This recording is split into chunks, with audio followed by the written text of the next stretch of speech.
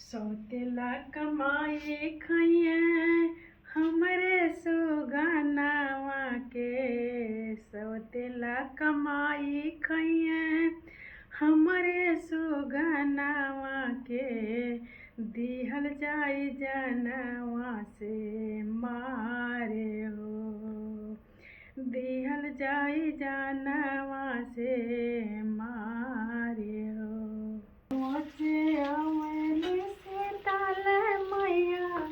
अवरोत काले मैया हो। अरे ओ कहाँ से आवे दुर्गा मैया तेरा थिया पे साजल आवेना। पूर्व से आवे निकालिए मैया पछुआ से दुर्गा मैया हो। अरे ओ दक्षिण से आवे शीतला मैया ध्वजा उड़त आवे हो। अरे ओ दक्षिण से आवे दुर्गा मैया ध्वजा उड़त आवे हो।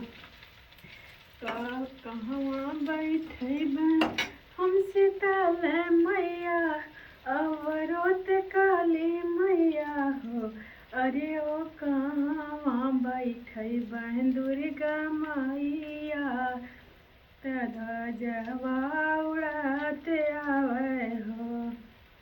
अंगने बैठे हम शीतल मैया दुआरे बैठे हम काली मैया।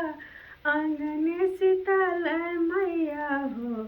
अरे सिंहासन बैठे दुर्गा मैया ध्वजा उड़त आवे हो। अरे सिंहासन बैठे दुर्गा मैया ध्वजा उड़त आवे। काऊ चढ़ब हम शीतल मैया अवरोत काली मैया हो।